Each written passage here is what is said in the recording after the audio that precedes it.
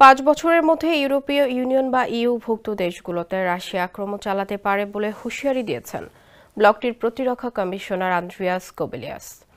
এমনকি রাশিয়া ইতিমধ্যেই ইউর বিরুদ্ধে হাইব্রিড যুদ্ধ চালাচ্ছে বলেও মন্তব্য করেছেন তিনি। 3 এপ্রিল এক প্রতিবেদনে এই তথ্য জানিয়েছে তুর্কি বার্তা সংস্থা আনাদুলু এজেন্সি।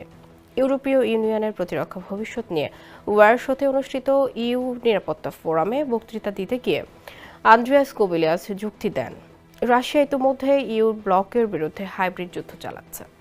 বিভ্রান্তিকর প্রচারণা পোল্যান্ড, লাটভিয়া, লিথুনিয়া ও ফিনল্যান্ডের সীমান্তে অভিবাসীদের অস্ত্র দিচ্ছে ও বাল্টিক সাগরের তলদেশে কেবল ক্ষতিগ্রস্ত করছে।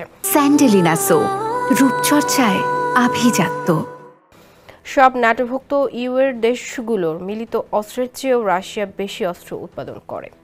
মস্কো যুদ্ধকে অর্থনীতিতে রূপান্তরিত করেছে উল্লেখ করে কোবেলিয়াস বলেন, ইউরোপ যদি কিছু না করে তাহলে শিগগিরই এই হাইব্রিড আক্রমণের পরে সামরিক আক্রমণও শুরু হতে পারে।